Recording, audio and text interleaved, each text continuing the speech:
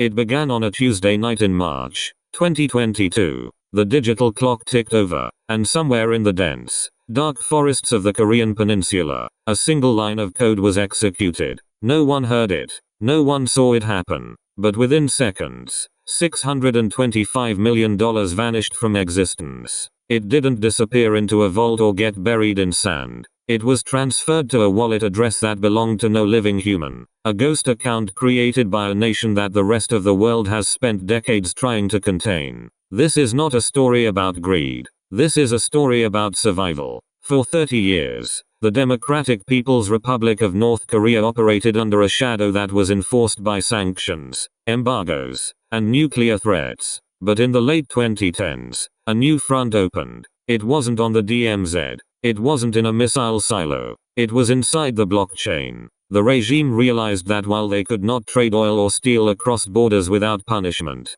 digital currency flowed freely. And so, they built an army of hackers. They called it the Lazarus Group. These were not your typical cybercriminals working out of a basement for personal profit. They were state-sponsored soldiers with degrees from the Pyongyang University of Science and Technology. They were tasked with a singular objective: generate foreign currency to bypass sanctions and fund the nuclear program. While the rest of the world was debating cryptocurrency regulation, North Korea was already mining it. By 2023, the United States Treasury Department estimated that this campaign had crossed the $3 billion mark.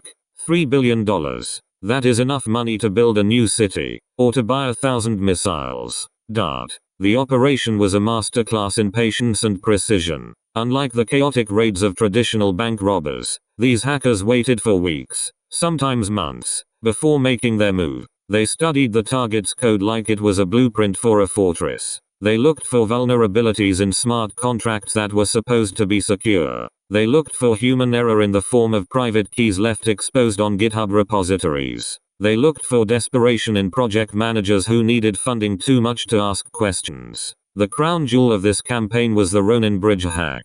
Ronin was the blockchain network built specifically for Axie Infinity, a popular video game that had millions of players worldwide. The project raised hundreds of millions in venture capital to build an economy where players could trade their digital pets. To the outside world, it looked like a harmless gaming platform. To North Korean intelligence, it was a gold mine sitting behind a weak fence. The hackers didn't just break in. They infiltrated the development team. They planted malicious code directly into the network's core infrastructure. When the time came, they initiated a transaction that drained the bridge of its liquidity. In one go, they took control of $625 million worth of Ethereum and wrapped Bitcoin. It was the largest cryptocurrency heist in history at that time. But this wasn't a one-off event. This was part of a systematic extraction strategy that had been running since 2013. Before the Ronin hack, there were the exchanges. The group targeted centralized platforms like CoinRail and Bitham in South Korea,